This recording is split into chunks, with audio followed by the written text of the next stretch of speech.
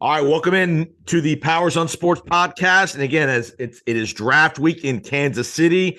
Draft starts Thursday night. We'll run through Saturday, and we are giving you a draft preview special here on the Powers on Sports podcast.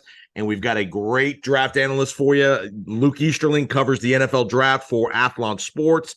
He's a very dialed in to numerous teams around the league. He's been covering the National Football. That's all he does. He covers the National Football League and the NFL draft. And he's done a great job over the years doing it. And you will hear Luke all throughout the week, all throughout the different media outlets talking about draft players, positions, what GMs are thinking and such. And with no further ado, we are really fortunate to have Luke Easterling with us from Athlon Sports. Appreciate you joining us, Luke. My pleasure, Jason. Thanks for having me, man. Sorry, that wasn't a very good intro there, Luke. I need to do better. Hey, I've been on your side, man. It's not. I've had my fair share for sure. All right, Luke. So again, Luke covers the NFL head to toe, 12 months a year, 365 days a year. Give me a little sense of yourself. How'd you get into this profession and make kind of the NFL draft your thing to do that you really love to do? I mean, the quick answer is I did it for free for a long time, and I was like really nice to a lot of people who helped out and reached back from up the ladder and helped me up, man. But I mean, to be honest, it's been a passion project since I was a kid. I mean, this is something I've always kind of preferred the college game to the NFL game, but I loved seeing the guys that I watched on Saturdays playing on Sundays when they made that jump. And so obviously the natural progression as you're growing up as a kid is like, well, how does that process work? So I remember being, in middle school and kind of starting to understand what the draft. I remember reading Dr. Z's mock drafts in the back of Sports Illustrated when those would come out. So the fact that I have an SI email address now, like if you were to go back and tell my like 12-year-old self that was going to be true, man, I just wouldn't believe you. So it's so cool to be a part of the Arena Group with SI.com and Athlon and all the stuff I get to do there. It's so cool. But for me, it's something that I just got into at a young age. I did my best to ask people. I mean, I'd ask anybody for any sort of advice, any kind of help.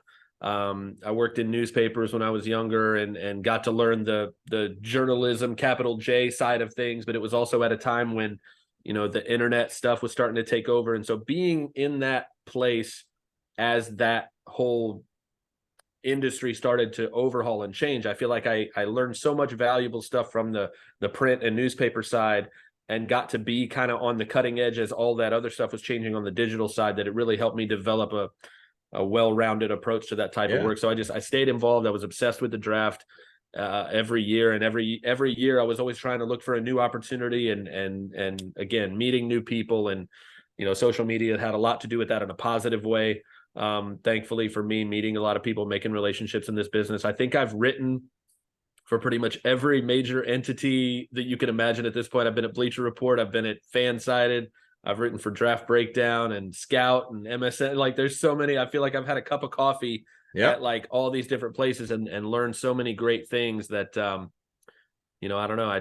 I grinded for a good bit, and I'm just so grateful to be where I am now after 7 great years at USA Today, doing Bucks Wire and the Draft Wire. That was such an awesome experience. And so now loving things at Athlon, loving some of the stuff I'm going to be doing stuff for SI.com during the draft. But it's just, I didn't realize till I went to looking back at my 14-year-old self doing mock drafts on MS Word that nobody read. It's been a hell of a journey. It's been pretty fun. Definitely go to athlonsports.com. You'll see a ton of content from Luke and his partners over there, whether it's NFL draft, whether it's gambling stuff related to the NFL draft, all right. In this draft, 2023 draft, give me a couple positional strengths of the draft. What positions that are strong? Give me a couple positions that are maybe not as strong that maybe the average fan doesn't realize. Corners. Got to start with the corners, man. That's so deep. I think I have 9 or 10 corners in my top 50 overall prospects, which is just ridiculous. I love the top of the class. There's 3 or 4 guys that if they're the first off the board, it makes sense. And I love the depth. I think there's going to be guys. There's only so many picks, right? So there's only so many of those corners that will go as high as I have them graded. And if you're picking at the top of the 3rd round, There's still going to be guys that are starting caliber players, I think, still on the board there for you. So I think the edge class is really strong. I think there's a lot of pass rushers. Obviously, you have the top talent. You got guys like Will Anderson, Tyree Wilson in this draft, but the depth is ridiculous, man. You're going to have guys on the board in the second and third rounds again that just shouldn't be, because there's just there's not enough picks to go around. I think the tight end class is pretty strong. The quarterback class is interesting because we have some blue chip talent at the top. We got some intriguing wild card guys that are still going to go in the first round. And I think it's a giant jump off of a very steep cliff after those top 5 guys into the rest of this group. So the quarterbacks, will that make those guys all come off the board a lot earlier? Because teams know that if I don't get one in the first round, I probably shouldn't take one until the 5th or 6th. I don't know if that'll impact things. The linebacker class is not great. Again, there's some decent guys in the middle rounds, but there's not, I don't have a single first round grade on any off-ball linebacker, inside linebacker in this draft at all. So I got some seconds that I think are pretty good. Okay. But at linebackers, I don't have any first round picks on a safety in this draft. So again, safety's not a great class. Again, some intriguing guys for the second, third round, fourth round, but just nobody that stands out and really takes the cake at the top of that class. And the one thing I'll mention about the receiver class that's interesting is all the best guys are tiny. There's you got Quentin Johnston from TCU is big, and then Cedric Tillman, maybe Jonathan Mingo from Ole Miss. The rest of really the top 10 for most people in this class, they're all sub 6 foot, and they're all sub 185. Slot guys. Yeah, Jackson Smith-Njigba is taller, but he's kind of skinny too. And I mean, you got Marvin Mims Jr. from Oklahoma, Tyler Scott from Cincinnati, Zay Flowers from Boston College, Josh Downs from North Carolina. All these guys are small. Even Jalen Hyatt, Tennessee. But he's 184. Yeah, he's a little smaller. So there's so many guys that it's one of those receiver classes that teams are going to have to get over. Anybody that still thinks in order to be a number one receiver, you have to be 6'3", 6'4", and 220, that's dead. It's gone now. You have got to understand that there are more ways to win as a receiver. I wouldn't be surprised if Zay Flowers is the number one receiver for most people. He's number 2 for me to Smith-Njigba. He's 5'8". Right. But you have to be okay with that because he is so good at everything that actually matters when it comes to playing receiver, the route running, the hands, the short area quickness to get in and out of breaks, the intelligence to set up defenders, whether it's in zone or man. All those things is how you actually play the receiver position at a high level. So the fact that he's not 6'3", I'd rather have a 5'8" guy that can do what he can do well than a 6'3" guy who has no clue what he's doing with it. You know what I mean? I gotcha. All right. In a given year, all the average Joe fans, when they're watching ESPN and all the different outlets that we all watch to get our information, so-and-so can be a first-round pick. We've got him graded. Invariably, there's 50 guys that are graded as first-round picks. 50 guys are going in the first round every year. 50 guys. In your world, in a given year, whether it's your ratings and or your conversations with guys around the league, how many guys truly have first-round grades? Never a 32, ever. It doesn't happen very often, if at all. So for me, this year, I've got 23 first round grades, which is decent. Okay. I think that's pretty, any team that I think has more than 20, I think is pretty happy with the class. I would be shocked if most teams have as many as I have. I'm a little more generous, I think, with the way I do things. I would be very surprised if any team has more than 20 in this class. But again, that's not abnormal. That's not abnormal. And I know that it's easy to think, well, there's 32 first round picks, 31 this year, thanks Miami. But you don't, just because you have 32 first round picks doesn't mean there's going to be 32 guys worth those picks. That's just the way it goes. So you have your system, grading system, whatever you use to determine that. There's only going to be a certain amount of guys. And this gets us into the difference between what teams do and what I do. The media has to look at this in a very macro way, right? That, I'll do a board every year where there's top 300 guys. Nobody in the NFL does that because they have very specific variables, very specific things based on their coaching, their schemes, the threshold, scouting system, right? Yeah, their research into the background of these guys and the off-field stuff and health and medicals and so many different things, half of which we don't get access to in the media, and rightly so. That's none of our business. That's it's the way it works. So when it comes down to when teams build a board, most teams' boards are 150 tops, and a lot of them are smaller than that because there's only certain players that are going to fit this is what a Tampa Bay Buccaneers cornerback looks like. Right. If he's not this tall and this good at this and this, we're not even going to bother. It's a waste of, there's only so many hours in the day. We've got so much money to spend on the scouting. Yeah. So it doesn't work the way it does for the teams that it does in the media. There's 32 very different ways of doing this whole process that are going on across the league that are very different from the way we do it in the media. So that's why you end up with not 32 first round grades for any team, because they're like, these 18 guys have a first round grade for what we want and what we do as a team. And if all 18 of those guys are gone before you pick, that's when teams get nervous and they're like, I'd really love to move back. I don't want to take a second round player at 21. I'd rather take a second round player at 28 or 34. Even if it's not the same guy, he's close enough and I'd rather get better value. That's why you see so much movement, I think, on the back end, or when you don't, because it is a deep class, or there is a guy that falls to you and you're like, sweet, he was our 17th guy and he fell to us at 29. Sometimes that happens and teams are really happy about it. And from an economics perspective, you'll wonder, why does a team trade from 27 to 35? It's because first round money costs a lot more for a first round guy than it does a second round pick. You might save $4 or $5 million over the course of a contract. It's true. And to get the same guy, to basically get the same player. Yeah. And depending on the position, that works the other way too. That's why you see so many teams trying to trade into the first round to grab quarterbacks in particular, because you get that extra fifth-year option. Guy like Lamar Jackson, they move up and get him at 32. Right. They get the fifth-year option, which locks you in. It delays that second contract for another year. That's right. So it can go both ways, but you're right. There's a huge financial aspect to that as well. What are a couple of traits that when you're doing your analysis, what are a couple of traits that that are really important to you when you're evaluating guys? It comes with experience, and it comes with every year. When I get to the end of a draft cycle, I try to look back and self-scout, right? And so what parts of the process and the way I do things haven't worked out well?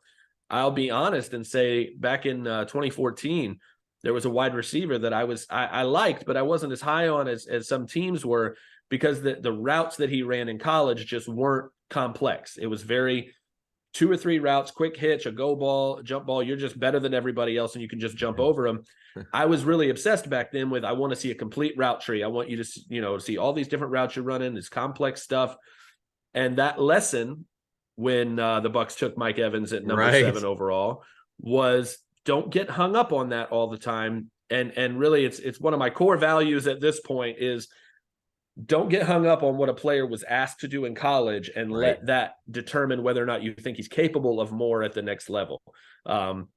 Houston had Ed Oliver lining up at nose tackle, for God's sakes, and Bud Dupree at Kentucky was lining up as a defensive tackle half the time instead of playing on the edge. So, these college teams, go back and look at Justin Herbert at Oregon. Justin Herbert looks much more comfortable as an NFL quarterback than he looked at Oregon because of the offense he's in. So, I say that to say it's always changing for me. I'm always trying to evaluate gaps in my process that teach me something a little bit newer. And so when it comes down to that, I look at what actually matters when it comes to playing football. Again, we talked about it with the receiver class. I don't care as much anymore if you're 6'3", if you can't use it effectively.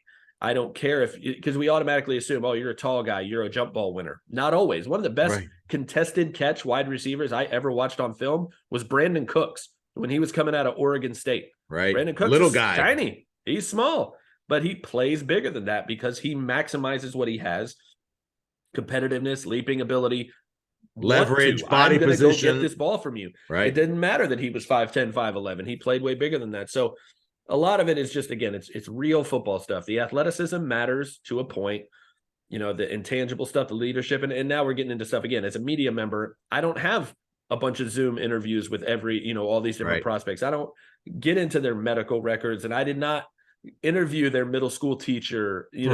All these teams go through a lot of work to dive into this stuff. So for me, I try to base this stuff on what can I see, what do I know, and what do I don't know? What do I not know? What can I not see? And try not to just get hung up on that stuff and say, hey, what do I see as a football player?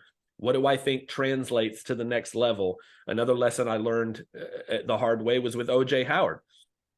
O.J. Howard, incredible athlete, no injury history, well-rounded player who can block. Never really got asked to catch the ball a lot, but he can do it. The Clemson good hands, pretty decent. He blew out. But the thing I got hung up on there is that I never really paid enough attention to how he looked when he caught the ball. And when he made the transition to the next level, that was always a struggle for him. It didn't look like he was naturally comfortable catching the football when it came his way. And that played out, unfortunately, with the way his career went. Right. And compare that to a guy like Kyle Pitts. Kyle Pitts coming out was very similar player, big, tall, versatile athlete at tight end.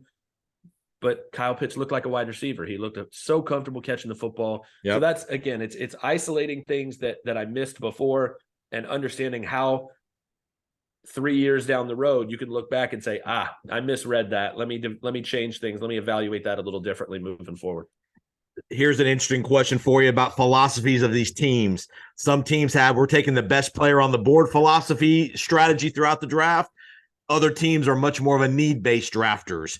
And obviously you see the variations in success levels of these different drafts. Yep. What is your thought process on best player versus team need? And how do you balance that trickiness? I think it's not as simple as one or the other. I think every team wants to take the best player available that we actually need in some way right now. That's what everybody would prefer to do and try to find the best nexus of that.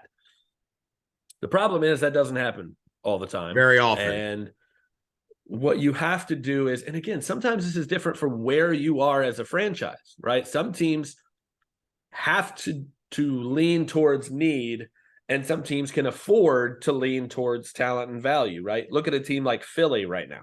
Right. Philly can do whatever the hell they want.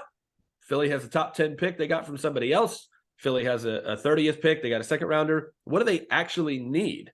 They don't need anything enough to reach for it.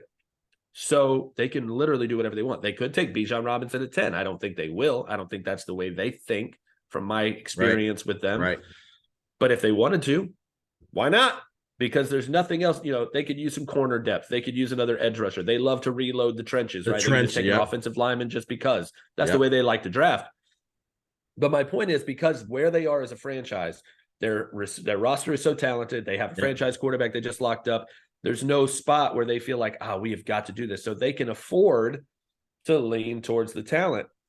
You've got some teams that, and again, whether right or wrong, if you're a GM who's on the hot seat and you've got a head coach who might be on the hot seat, you will feel compelled, rightly so or not, to not necessarily just take the best player at a position that he might not get on the field right away, as opposed to a guy who might not be quite as good of a player, but he's going to help you save your job this season. Right. That's where it gets challenging for some of these decision makers, because it's very specific to where you are as a franchise, where the decision makers are in their careers, and what their job is on the line or not.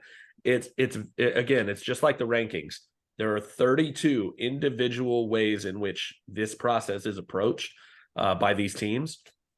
And so there's no broad brush you can paint over all of it in terms of best player available or picking for need. There's 32 different ways of looking at it. And some teams get it right more often than others, and you see them continue to be successful as a franchise.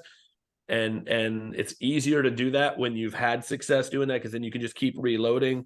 But some of these franchises where there's always so much turnover, if you're constantly turning things over in the coaching ranks, your schemes are constantly changing. Right. So a guy you took in the second round 2 years ago doesn't fit anymore. So now what do you do with it? And you've kind of burned that pick. So there's so many variables to it, man, which is part of why this process is just so intriguing.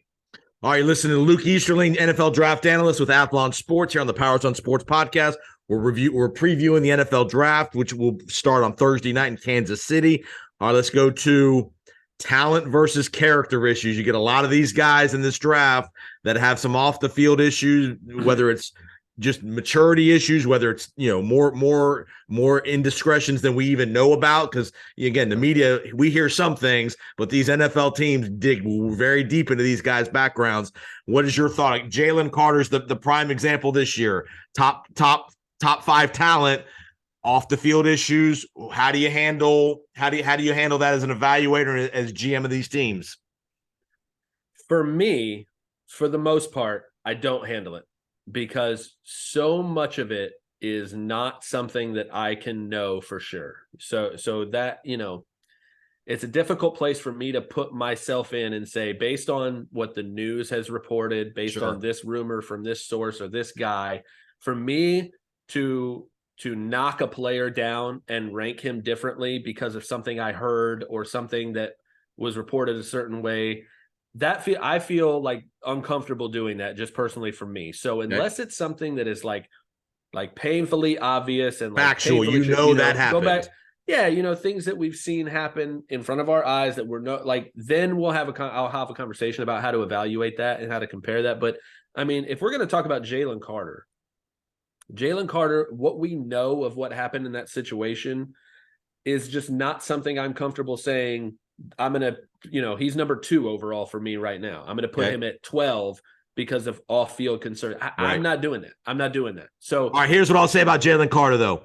He went to his pro day workout and couldn't finish. He wasn't in shape. That part of the process. That's different. That is an on-field issue to me. That is a situation, a preparation, conditioning. Those are on-field issues to me. How do you handle that? He has a character problem, or some guys heard that in the locker room he's not as much of a lead. I'm not in the locker room. I don't know. I'm not going to do that to a kid unless it's something that I can factually verify. So I'm, even. Again, the guys at the top of my profession who have a lot more context than I do, I'm not saying they're even wrong in doubting the veracity of the information that they're getting from the sources they know. I'm saying for me, I'm not going to base my evaluations on hearsay, even if it's coming from those guys, because I don't feel comfortable doing that. So for a guy like Carter, again, focus on what I can see. I can see that he showed up to the pro day and didn't look like he was very well prepared. That part is an on-field issue to me that I think can impact the evaluation, because you see it on film sometimes too. Even in the games, he's getting gassed. He's not on the field in certain clutch moments because he's, the conditioning is not there. That's a concern. And that's gonna factor into what I'm doing. I don't see that as an off-field issue. I see that as something that can be verified because I see it happen on the field. I saw it right in front of me. So interesting that some teams will take guys completely off boards with issues, and other teams are very okay with their research, and they know, hey, he did X, Y, and Z, and we know this, but we think we can fix him. Right. What is your thought process and just that mentality of these organizations?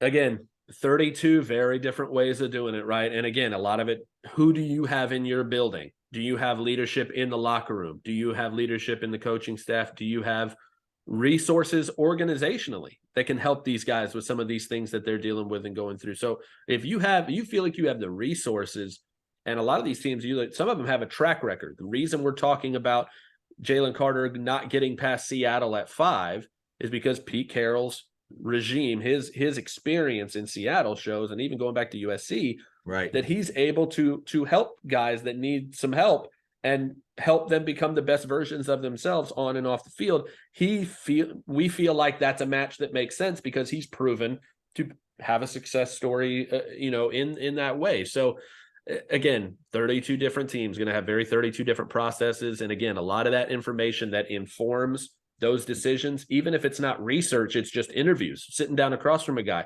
and having conversations, asking him, hey, what happened here? And how they respond to that can influence whether or not they're like, okay, this is a guy we want in the building or not. And again, all of that stuff, we don't see it. We don't get to see 99% of that. We get to hear about it from certain sources. But at the end of the day, that's part of the equation where we'll always get to the end of the draft and be like, oh man, I can't believe so-and-so fell this far.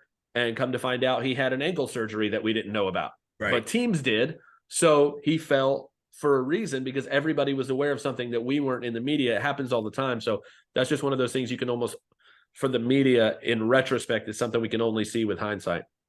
Let's go to the quarterbacks. How do you have your quarterbacks ranked? Top five Bryce guys. Bryce Young and CJ Stroud are 1-2, and they're real close. If Carolina took one or the other, I wouldn't have a problem with it. I think they're both worthy.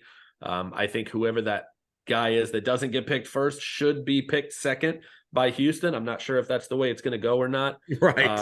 But Stroud and Young are the two, can start day one and can be high-level franchise quarterbacks regardless of situation. I think those two guys have what it takes to do both of those things.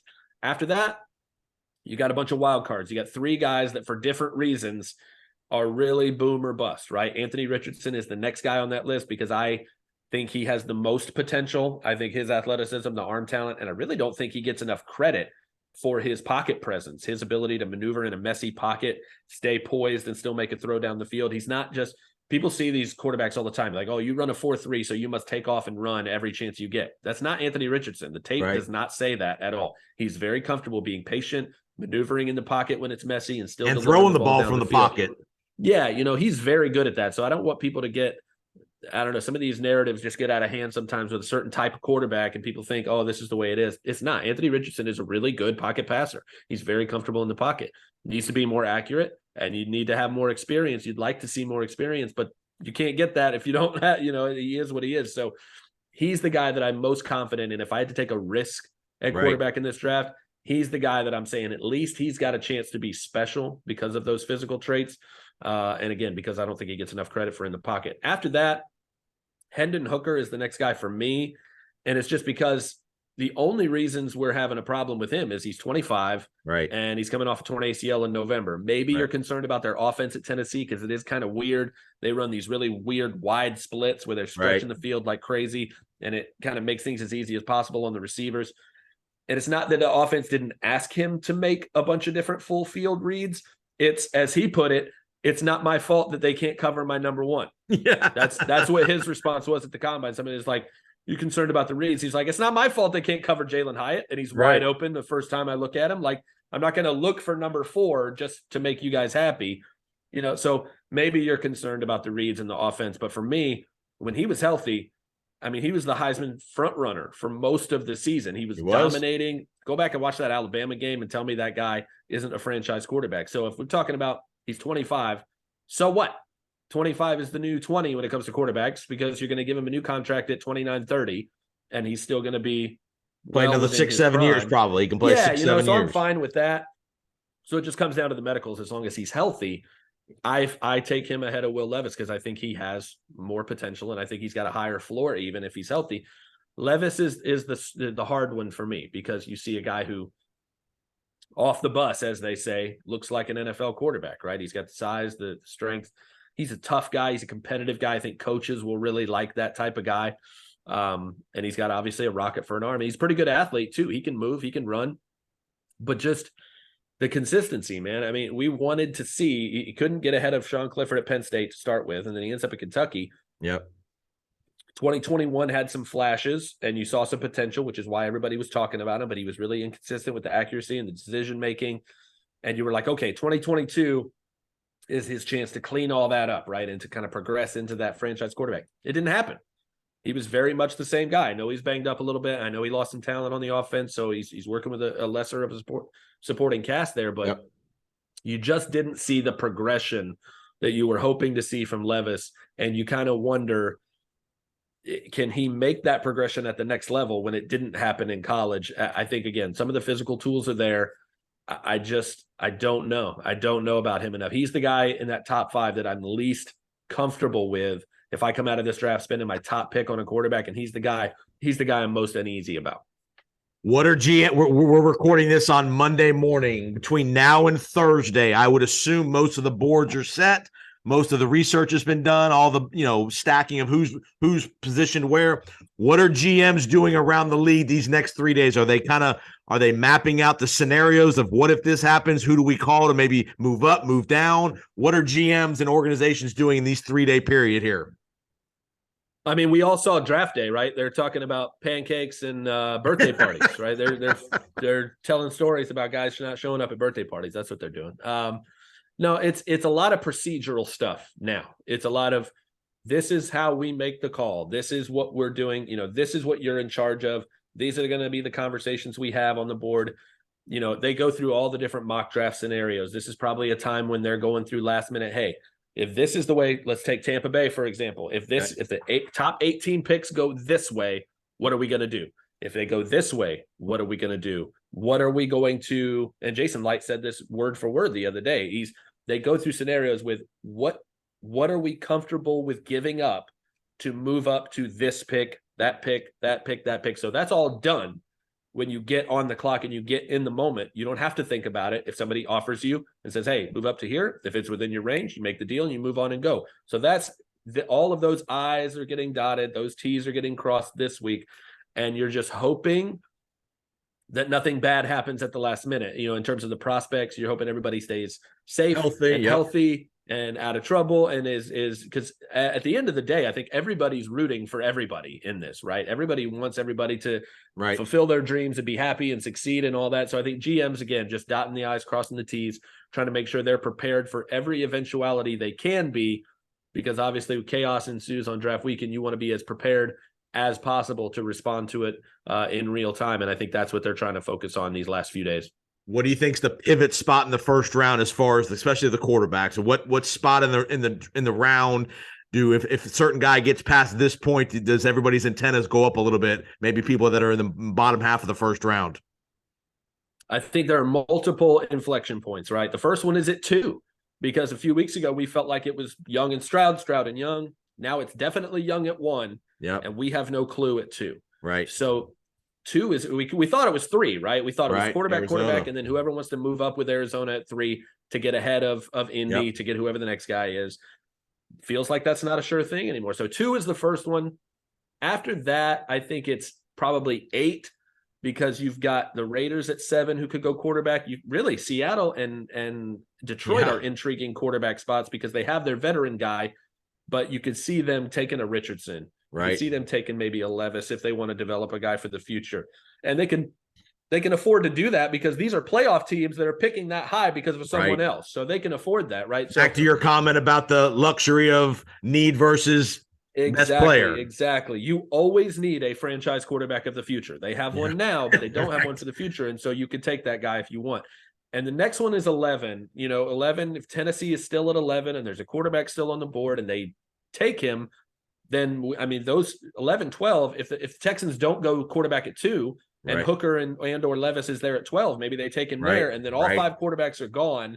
How does everybody respond to that? Or if they're not gone and everybody passes on a couple of those quarterbacks, how far, if Levis and Hooker don't go 11 or 12, how far do they fall? Do they fall to Detroit if they don't go quarterback? Do they go at 18? Does Minnesota take one at 23 to take over for Kirk Cousins? Right. If they don't, who trades up into the back half of the second round? Like those, it's all about the quarterbacks, right? Those inflection points are all influenced by where those top 5 quarterbacks are going to go. I expect them all to go in the first round Thursday night. It's just a matter of where. Pound for pound, give me your top 3 guys in the draft. Just forget position, forget need. Who are the 3 best football players that we're going to hear called Thursday night? The best football players in this draft are Will Anderson Jr., Jalen Carter, and Bijan Robinson. Those are the 3 guys at the top of my board. Bryce Young is right after that, but the top 3 best football players in this draft, those are those guys. Again, Bijan Robinson, throw position out the window. If you're just talking about him in a vacuum as a football player, he's one of the 3 best football players in this draft. He's not going to go that high, might not go top 10 or even top 20 because teams are confident they can get running backs that can produce in the later rounds. But man, imagine him still being on the board and ending up in Dallas or Buffalo or Cincinnati, one of these teams that's already ready to win a Super Bowl, and then they add that guy to the backfield. Even if you don't even give him a second contract, you just give him for 5 years when this window that you have open, man, that would be a scary thing to see. But those are my guys. All right, as you know, Luke, and the football nerds like you and I know, most teams you don't win a championship by who you pick in the first round. Typically, it's who you pick in round 2 through 5, 2 through 6. Depth, the special teams guys, the core players of your team are drafted in those rounds. Give me a few guys in these 2nd, 3rd, 4th rounds that we're going to see Friday, Saturday get picked that you just love them, and they measurable wise, they maybe don't fit the part, but they're just going to be great football players for 10 years. Yeah, I love Julius Brents, corner from Kansas State. I think he should go in the first round. I don't know if he will. Deion Henley, a linebacker from Washington State, I think is the best linebacker in this draft. Don't think he comes off the board in the first round, but anytime on day 2, I'd love to see him. I like him. Fred Warner from the 49ers, I think, is his comp. He's that long, athletic, rangy. He's a converted wide receiver. I think he's a guy that can make a splash as a playmaker at the next level. Fred Warner was a 3rd round pick too. So a similar range for him, and I think he could have a similar impact. The one guy that I would stick out there is Clark Phillips III. He's a corner from Utah, undersized guy who didn't really run really well at the combine. So people are thinking, oh, he's small and he's not fast. What do I want him for? Please just go watch him play football. Go watch him play football against some of the best teams and the best people he covered. He's always making picks. He's taking them to the house half the time. Very instinctive slot corner that can play the run. He can tackle. He's a guy that again, you can just throw the workouts out the window because when he's there playing football, he's one of the best football players in this draft. And I think he could be a steal. If teams continue to wait on him and say, he's too small, he's too slow, and he ends up on the board late in the second round, early third round, I think that's going to be a huge bargain for somebody. And how much line's going on around the league this week? Is this the number one week for everything? Everybody telling Don't believe a word. Don't believe a word of it. Any of it. Half of it might be true. I don't care. Don't believe anything you hear. Just look forward to Thursday night. Get your dinner plans set, whatever you're going to eat. Get everything ready to go and get excited about the draft, because nothing anybody is saying anytime at all this week is to do anything other than get their guy to get to them. That's right. Well, Luke Easterling, unbelievable work, man. You do a great job. Athlon Sports. Find them online at Luke Easterling, at Athlon Sports as well. Keep up the great work, man. We appreciate a few minutes and enjoy the draft. Hey, you too, Jason. Anytime, buddy. You got it. Appreciate it. Luke Easterling, Athlon Sports NFL Draft Preview. We will be right back on the Powers on Sports podcast.